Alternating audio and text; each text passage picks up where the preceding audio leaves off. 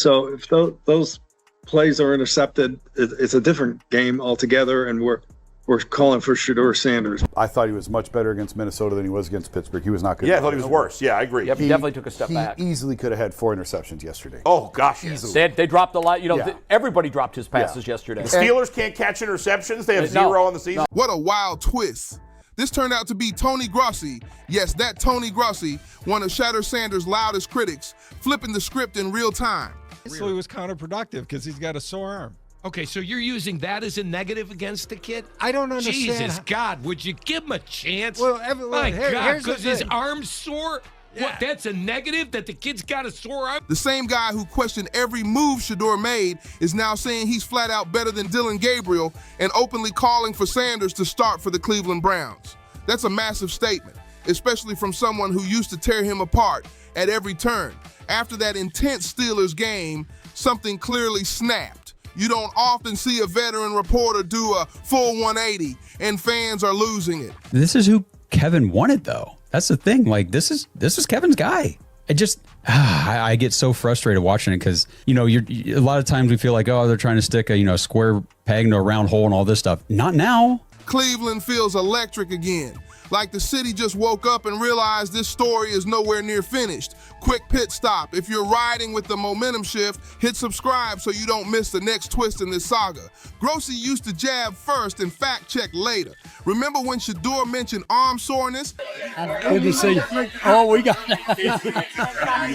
to do some praising. Oh, Dion, she's mine.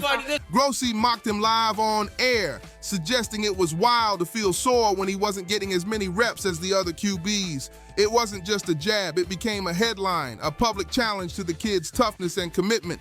Shedeur didn't bite, he stayed focused, quiet, and confident, letting the work speak. Now that patience is paying off. Grossi's sudden change of heart is a temperature check. The tide in Cleveland is turning. The buzz is real, and the city's chorus is getting louder. Fans are chanting his name. Analysts are calling it out on live TV. Social feeds are on fire with one question. Why is Kevin Stefanski still rolling with Dylan Gabriel? Gabriel hasn't put together a single convincing performance all year. Short throws, stalled momentum, zero juice. It's deja vu every drive.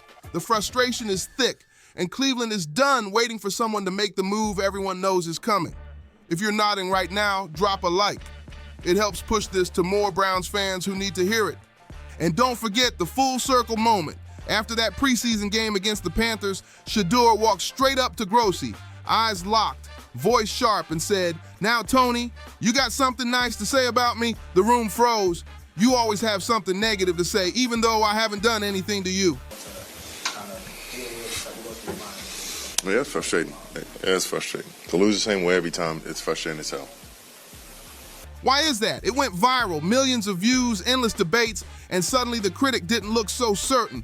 Now look who switched sides. Grossi's reversal is wild, but he's not alone. Dylan Gabriel, the so-called safe choice, looks exactly like what he is, a project who hasn't delivered at NFL speed. Stefanski kept selling patience, but the fan base stopped buying. Every missed read, every short of the sticks throw, every lifeless series stacked into a picture nobody can ignore. Meanwhile, the future might already be sitting on the bench, helmet in hand, ready. Even Rex Ryan, who roasted Shedeur early and often, has flipped. A week ago, he was blasting Sanders' preparation and saying Gabriel deserved the leash. Then the backlash hit, the tape spoke, and Rex pivoted hard. Now he's calling out Stefanski for not having Sanders as the primary backup instead of Joe Flacco, calling it a missed opportunity that could have changed the whole season's arc. Translation: stop protecting the status quo and start building for tomorrow. If you want more breakdowns like this, tap that bell. Alerts on, receipts ready. Rex's point cuts through the noise. This isn't about headlines, it's about talent, poise, and trajectory. Shedeur's got the rare mix you can't coach. Calm feet, quick eyes, and real command when chaos starts closing in.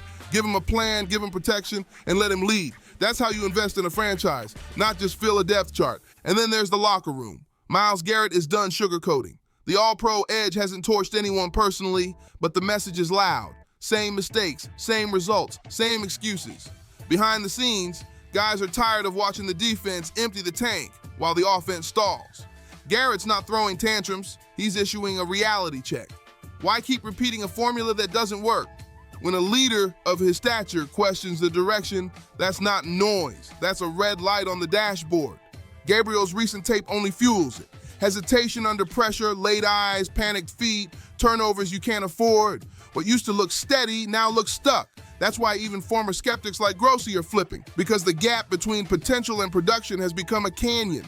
His line is simple now. Shedeur is better than Dylan Gabriel. Start him. Stack that with Rex Ryan's reversal and the whispers inside the building, and you've got a pressure cooker. Stefanski's running out of room.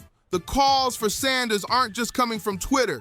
They're echoing from the film, the fan base, and your best player on defense. When fans, analysts, and leaders start saying the same thing, a pivot isn't panic. It's progress. So here we are.